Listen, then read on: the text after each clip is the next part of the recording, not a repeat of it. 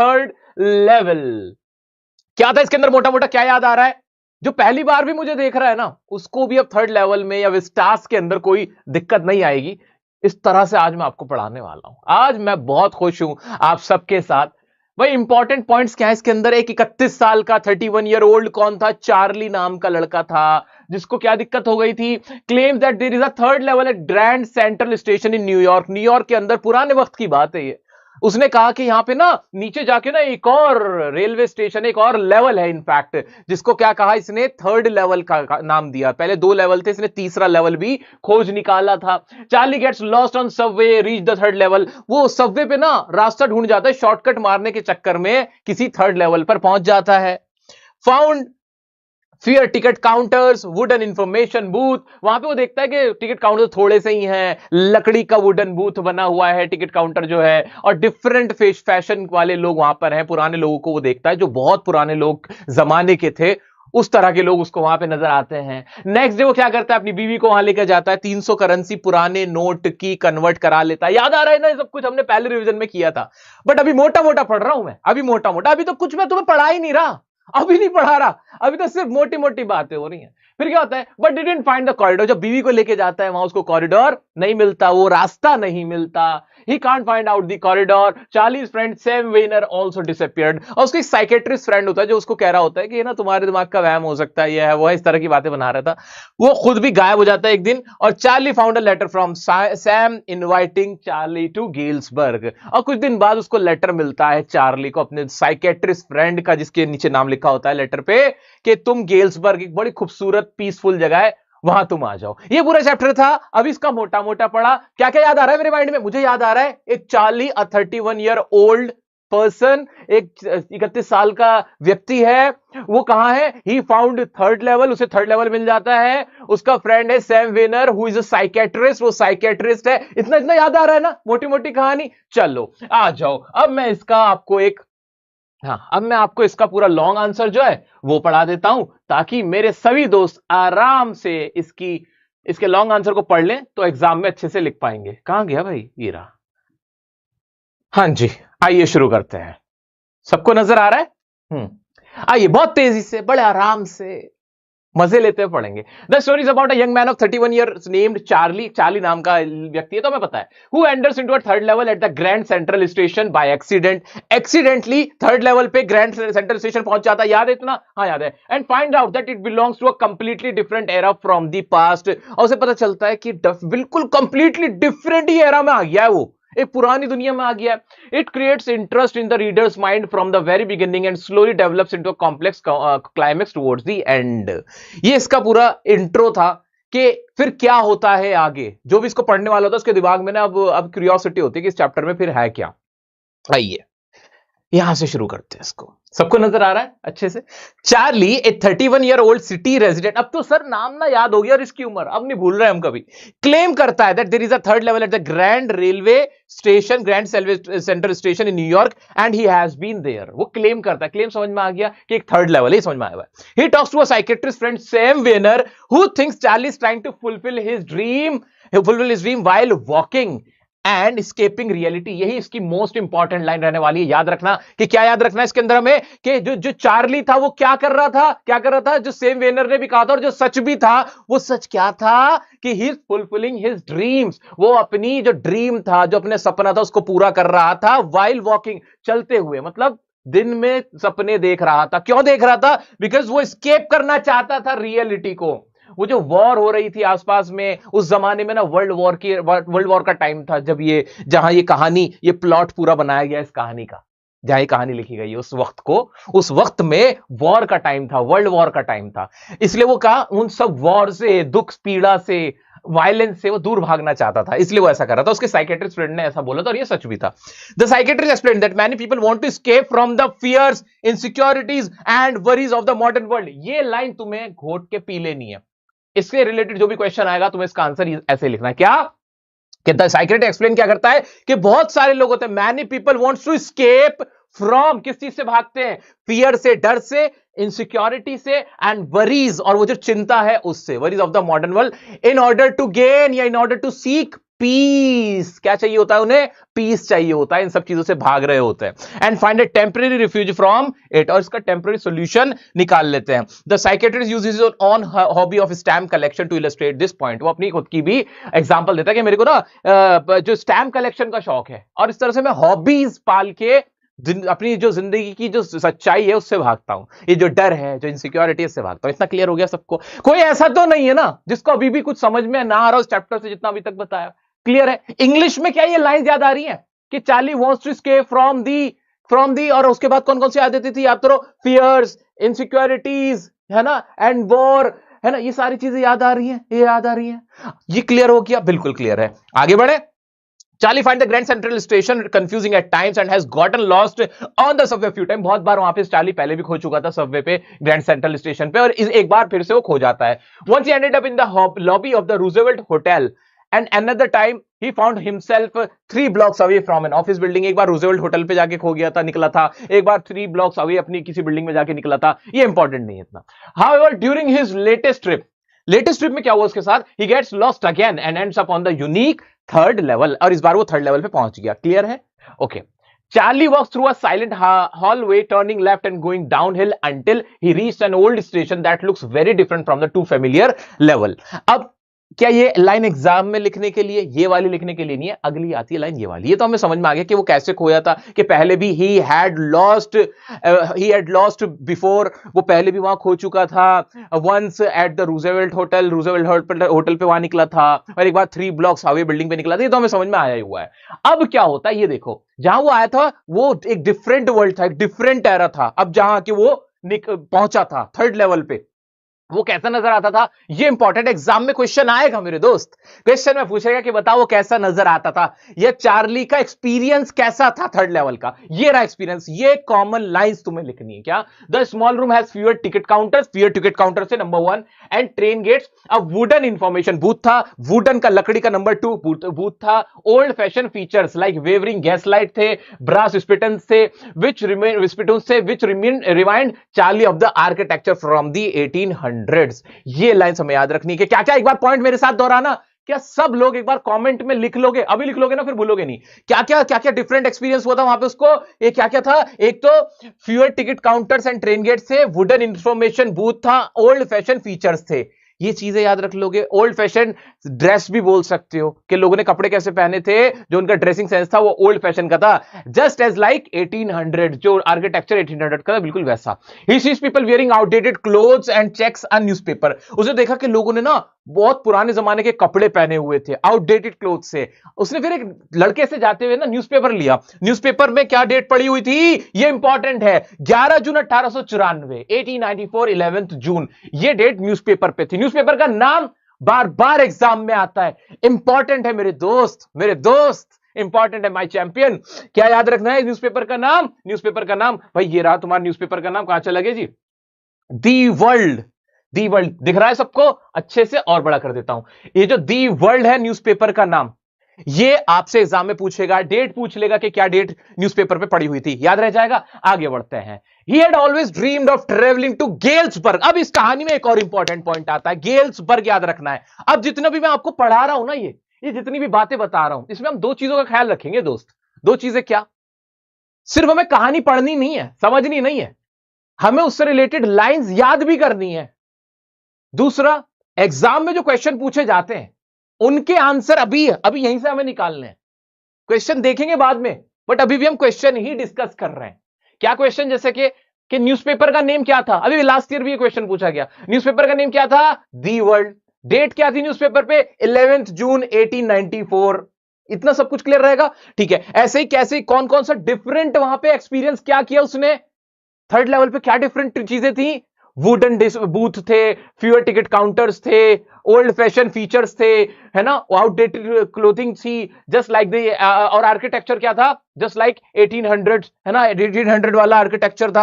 आज मेरी थोड़ी जबान ना कट गई, पता नहीं किसने बुरा बोला मेरे को, तो मुझे बोलने में ना दिक्कत हो रही थोड़ी सी, लेकिन आई एम ट्राइंग कि मैं बहुत क्लियरली बोलूं, बट थोड़ा दिक्कत हो रहा है, जबान पता नहीं कट गई यार।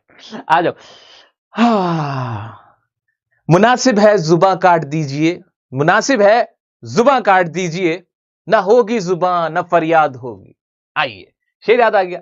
चलो, he had always dreamed of travelling to Galesburg. Galesburg important point है, वो हमेशा गेल्सबर्ग जाना चाहता था। गेल्सबर्ग ऐसी सुंदर जगह थी उस टाइम की अमेरिका में, जहां वो रहता था, मतलब उसके आसपास की जगह थी जहां वो जाना चाहता था, जो एक बहुत प्यारी जगह थी, जहां पे बड़े प्यारे प्यारे घर थे, ट्रीज था, सुकून की जगह। चार्ली हमेशा वहां जाना चाहता था, उसका सपना था। He wanted to travel to Galesburg with his wife Luza. अब लूजा इंपॉर्टेंट पॉइंट आया, एक लूजा एक और कैरेक्टर आया, एक सेम विनर था, एक लूजा आई है। A town he remembered as wonderful with big houses, large lawns and trees. Galesburg के ऊपर क्वेश्चन अगर आता है तो हमें क्या याद रखना है? गेल्सबर्ग कैसी जगह है? कि Galesburg is a place where there is, Galesburg is a wonderful place, या फिर is a place which is very wonderful with big houses, large lawns and trees. The area has long summer evenings and a relaxed atmosphere which appeal to him. Relaxed atmosphere है, serene environment है, serene environment है, और क्या है? serene environment के साथ साथ क्या है? वहां पे peace है। आगे बढ़ते हैं। During lunch the next day he exchanges $300 for old currency which he believes will be cheaper there. हाँ, he is not bothered by the fact that the amount only comes to $200. जब उसने वहां ticket लेने की कोशिश करी third level पे पहुंचने के बाद, तो जब उसने पैसे दिए तो आंटी ने उसको ऐसे करके देखा कि भाई ये क्या दे रहे हो, क्योंकि उस टाइम की करेंसी अलग थी और जो ये डॉलर दे रहा था वो करेंसी अलग थी। तो ये क्या करता है, ये ना एक्सचेंज करवाता है नए डॉलर। अब यहां तक की कहानी हमें समझ में आ गई कि वो वहां गया, वहां पे थर्ड लेवल पे उसने नई नई चीजें देखी। अब वो वहां से वापस आता है, अब क्योंकि उसको टिकट मिल नहीं पाते वहां पे, उसके पास पुरानी करेंसी नहीं होती, तो वापस आता है, अपनी वाइफ से डिस्कस करता है, उसकी वाइफ उसको सपोर्ट करती है, उसकी क्वेंच जो होती है, जो उसकी प्यास होती है, उसको उसको फुलफिल करने के लिए वो कोशिश करती है, उसकी थर्स्ट को इनफैक्ट क्वेंच करने की कोशिश करती है उसकी वाइफ, और उसको सपोर्ट करती है। बट वो जब इसके लिए वो क्या करता है, वो डॉलर जो होते हैं उन्हें कन्वर्ट कराता है, तो $300 जो थे वो उसको बहुत महंगे होते हैं। वो $300 के बदले जो उसको पैसे मिलते हैं बहुत कम मिलते हैं, लेकिन उसे इस बात की परवाह नहीं होती। Is not bothered by the fact, because उसको ऐसा लगता है चार्ली को कि उसे गेल्सबर्ग जाना है किसी भी तरह, और वो उस ट्रेन में बैठ के वहां से जो थर्ड लेवल है वो वहां से जा सकता है। ठीक है, आ जाओ। तो 300 के बदले उसको $200 ही मिलते हैं, but he was satisfied. Reason क्या? एग्जाम का क्वेश्चन है मेरे दोस्त, एग्जाम का क्वेश्चन। सभी मेरे चंदा चंदियों, शेरो शेरनियों, चैंपियनियों, सुन लो, एग्जाम में क्वेश्चन आएगा कि why was he satisfied, why was he not bothered. Bothered क्यों नहीं था? Despite having cheaper amount, despite having costly, क्या कहते हैं, लेसर अमाउंट ऑफ एक्सचेंज, उसके बाद भी वो क्यों हैप्पी था, क्यों बॉदर्ड नहीं था? Reason being because he wants to travel to Galesburg with his wife Louisa. However, he can't find the corridor that leads to the third level again. When his wife finds out, she tells him to stop searching. लेकिन वो ढूंढता है अपनी बीवी का हाथ पकड़े पकड़े, कहां गए, कहां गए, कहां गया, यही तो था, यही तो था। उसे वो कॉरिडोर, वो रास्ता मिलता ही नहीं है, और उसकी वाइफ फिर कह देती है, रहने दो चार्ली, चार्ली रहने दो, वो मना कर देती है। चार्ली's friend Sam Weiner, whom he shared his idea about Galesburg with, also disappears unexpectedly.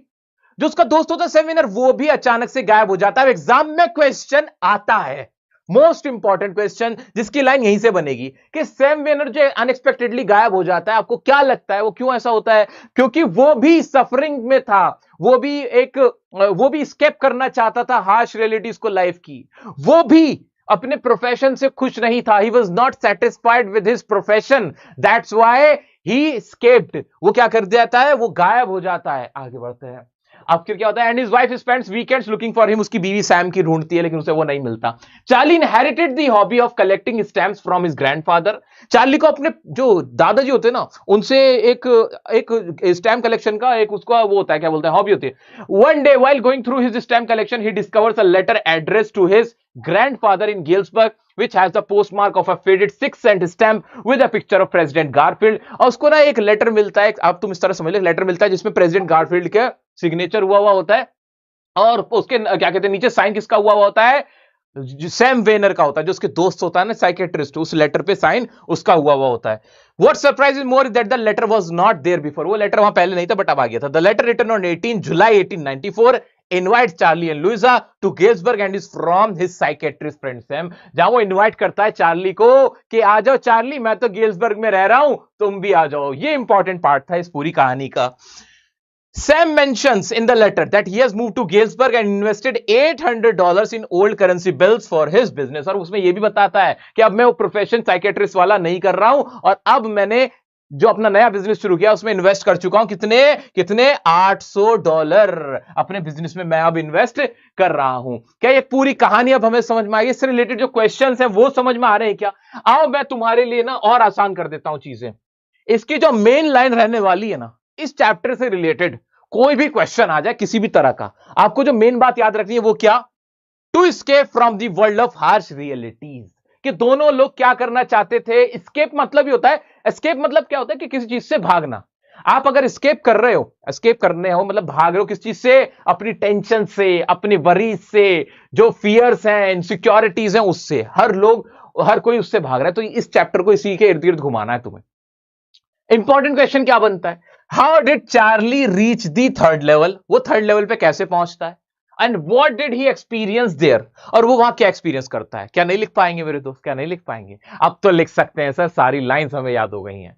वो अपनी एक्सपीरियंस बता नहीं सकते कि वहां पे वो ऑल टुगेदर डिफरेंट एरा में आ जाता है। वहां के वुडन जो डेस्क था, बूथ था, फ्यूअर टिकट काउंटर्स थे, याद नहीं आ रही वो सारी बातें। हाँ, वो सब कुछ इसके अंदर हमें लिख देना है। इसका मेन क्वेश्चन ये बनता है, इनके आंसर तुम्हें याद होने चाहिए। याद का मतलब जो लाइंस मैंने अभी आपको सिखाई हैं, याद कराई हैं, वो आपको याद रहनी चाहिए, बस वही लिखनी है इनके आंसर्स में। अब इंपॉर्टेंट बात और क्या है इसके अंदर? लूजा के ऊपर एक क्वेश्चन बहुत आता है कि लूजा एक परफेक्ट वाइफ थी कि नहीं। ये इसका जवाब हमें पता होना चाहिए। वो क्या परफेक्ट वाइफ थी कि नहीं?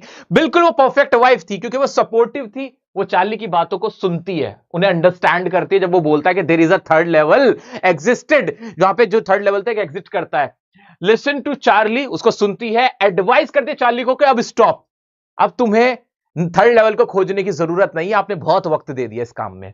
तो वो उसके अंदर ये सारी क्वालिटीज थी जो कि एक अच्छी वाइफ में होनी चाहिए।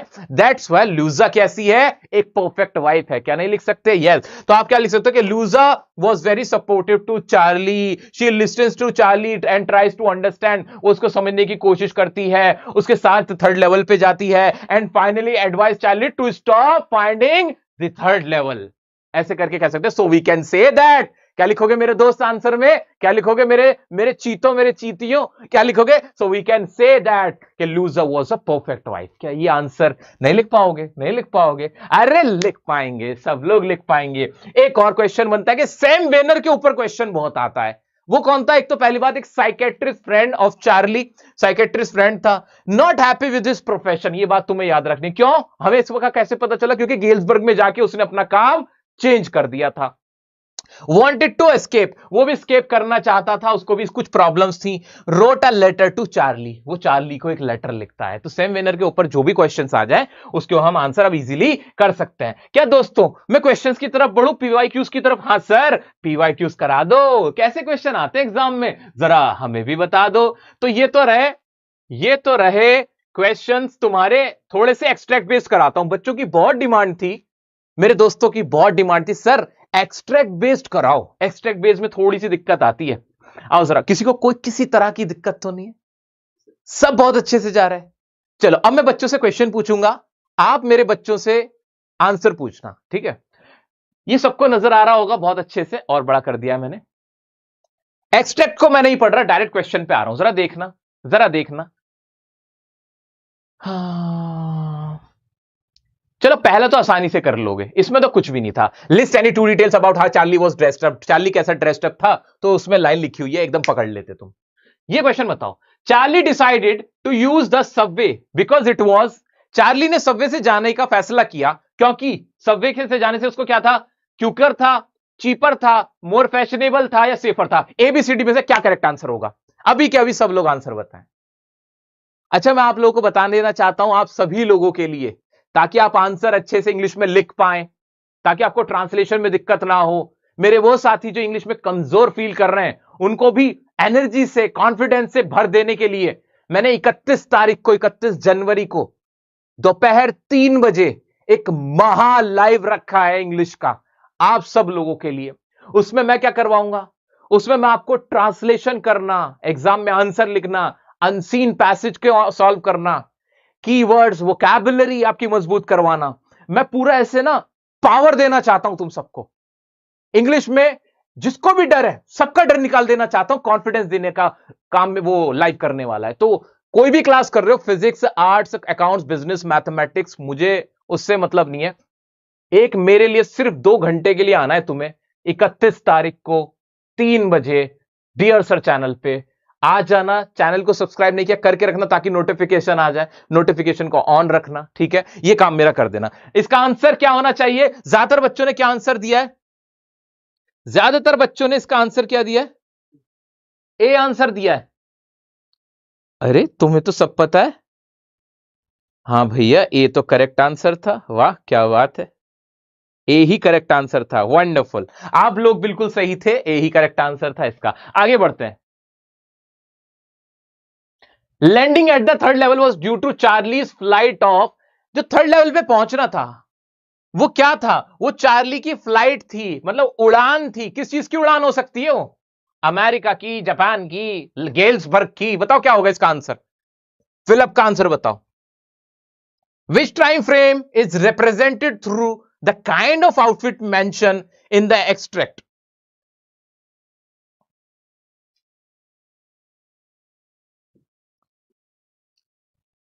आप लोग के आंसर देख रहा हूं मैं। हाँ। हम्म। हाँ जी, इसका आंसर देखो। तुम लोगों ने चोरी तो नहीं करी तुमने चीटिंग तो नहीं करी, इनफैक्ट चीटिंग तो नहीं करी, सच सच बताओ।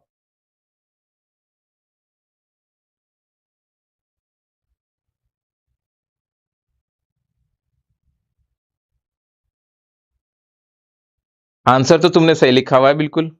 नहीं नहीं, ये गेल्सबर्ग। वैभव, वैभव मेरे दोस्त, अरे मेरे भाई, मेरे छोटे भाई, बाबू सुनियो। वैभव गेल्सबर्ग नहीं, ये फ्लाइट थी उसके इमेजिनेशन की, उसके जो ख्यालात थे सिर्फ उनकी थी।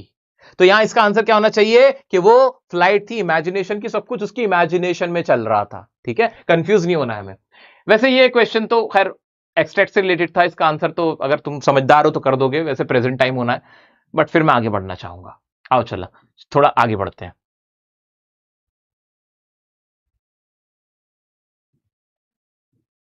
कॉन्फिडेंस आ रहा है आज इस चैप्टर को करके? कॉन्फिडेंस आ रहा है? देखो बार बार क्वेश्चन आया, एक और क्वेश्चन आया, जरा इसका आंसर अब मुझे दो सब लोग एक बार में। Louisa behaves like a perfect wife, give evidence from the third level in support of the above sentences. क्या इसका आंसर नहीं कर सकते हो आप? अबव स्टेटमेंट, क्या इसका आंसर नहीं कर सकते? लूजा परफेक्ट वाइफ वाली बात आ गई हमें। सब लोग एक बार, एक एक बच्चा जो भी अभी मुझे देख रहा है, मेरे दोस्त, जल्दी से इसका आंसर बताओ। परफेक्ट वाइफ वाले का क्या होगा? ये इंपॉर्टेंट है एग्जाम के लिए, परफेक्ट वाइफ का क्वेश्चन बहुत इंपॉर्टेंट है। एक और क्वेश्चन है, my $300 bought less than 200 in old style bills but I didn't care. मेरे $300 के बदले मुझे $200 मिले खरीदने पे, मुझे उसकी परवाह नहीं थी। ऐसा राइटर ने क्यों कहा? ऐसा चार्ली ने क्यों कहा? Because he wanted to travel to Galesburg with his wife, and that was his dream. To fulfill his dream, he was not caring about it. वो इसके बारे में नहीं सोच रहा था। बार बार ये क्वेश्चन चलो इस तरह से आ गया, what prompted Charlie to compromise on less value of money? कि कम पैसों पे भी चार्ली ने कॉम्प्रोमाइज क्यों कर लिया लेस वैल्यू पे भी? Because he wanted to travel to Galesburg and that was his dream, and he wanted to fulfil his dream to travel to Galesburg with his wife. क्या ये आंसर, क्या ये लाइंस बहुत मुश्किल हो रही हैं? नहीं ना, आसान है ना। आज जो आगे बढ़ते हैं फिर हम। परफेक्ट वाइफ वाला क्वेश्चन रिपीट हो रहा है बार बार। Why was Charlie fascinated with Galesburg? Galesburg से क्यों फैसिनेटेड था? क्या हमने ऐसी कोई लाइंस पढ़ी थी? सब लोग इसका आंसर, जितने भी लोग देख रहे हो, एक बार कमेंट में पॉइंट्स लिखना। आज यहां लिखोगे ना, कल वहां लिखोगे एग्जाम में। आज यहां लिखोगे तो कल वहां लिखोगे एग्जाम में। Give me the answer, give me the points. Why was Charlie fascinated with Galesburg? पढ़ा था क्या कुछ? बिग हाउसेस, ट्रीज, कुछ याद आ रहा है?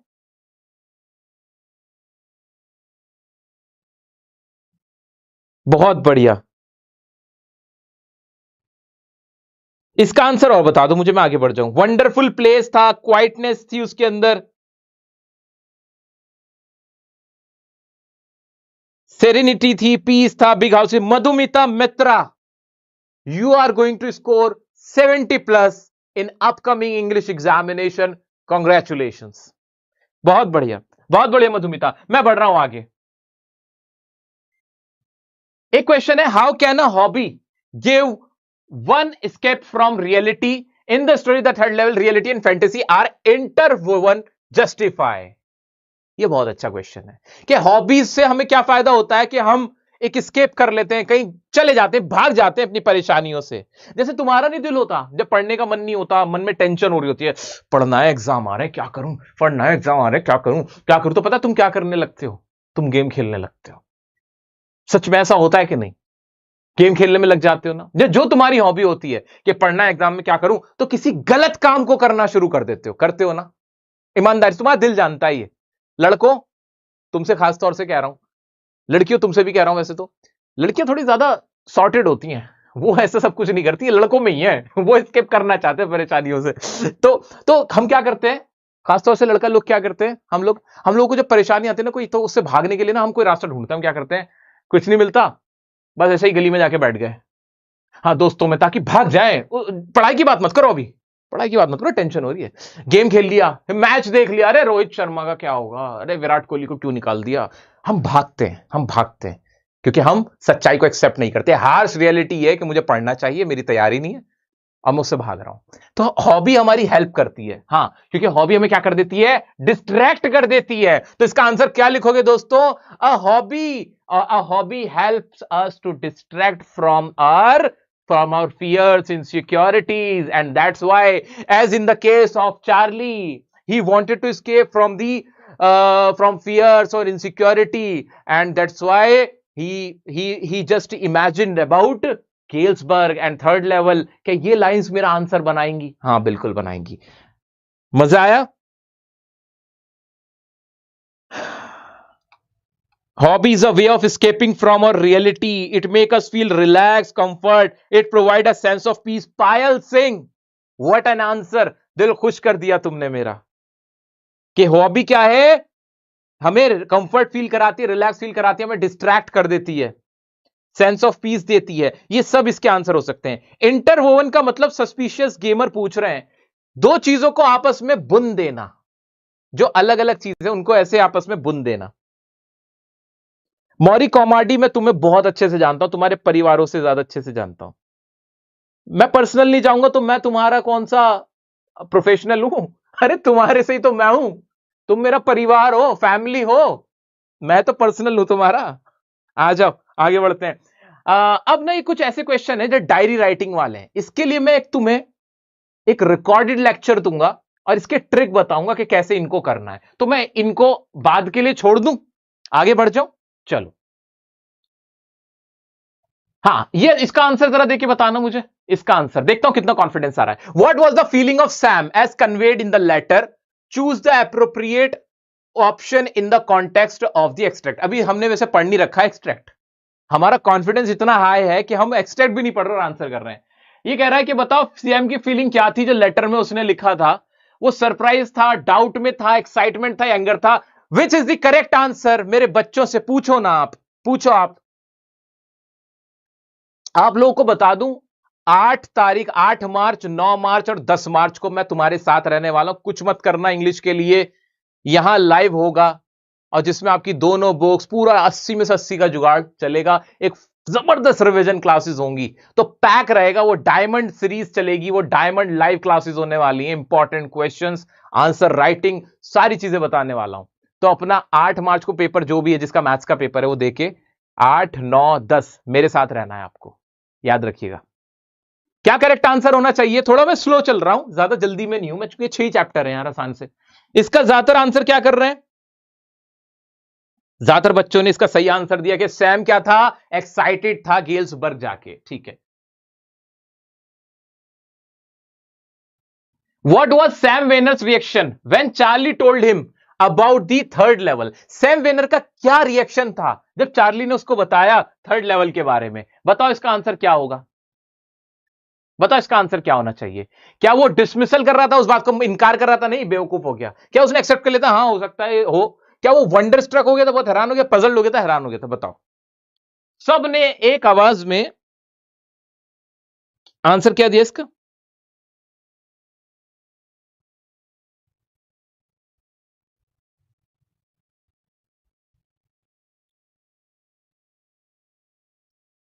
सब लोग एक बार इसका आंसर दो जल्दी से।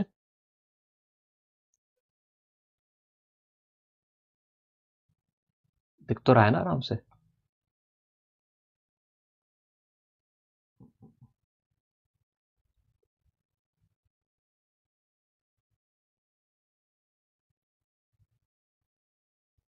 बहुत सारे बच्चे इसका जवाब दे रहे हैं सी, कुछ ए, अरे पूरा मिक्स दे रहे हैं, ए बी सी सारे देने लगे। अरे ऐसे थोड़ी चलेगा।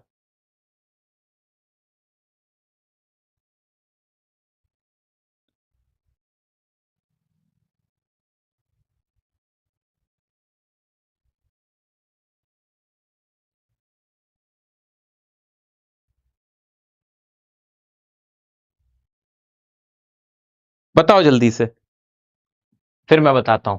ज्यादातर बच्चे कंफ्यूज है इस क्वेश्चन में, इसको थोड़ा सा मैं और अच्छे समझाता हूं कि जो सैम विनर का रिएक्शन था जब चार्ली ने उसके बारे में बताया, तो उसने उस चीज को नकारा नहीं कि नहीं तेरे साथ ऐसा नहीं हुआ होगा, बल्कि उस चीज ने उसको एक्सेप्ट किया, एक्सेप्टेंस दिखाई कि हाँ हो सकता है यह तुम्हें महसूस हुआ हो बिकॉज ऑफ द फैक्ट कि तुम्हें जो रियलिटी उससे तुम स्केप कर रहे थे। Got it? नहीं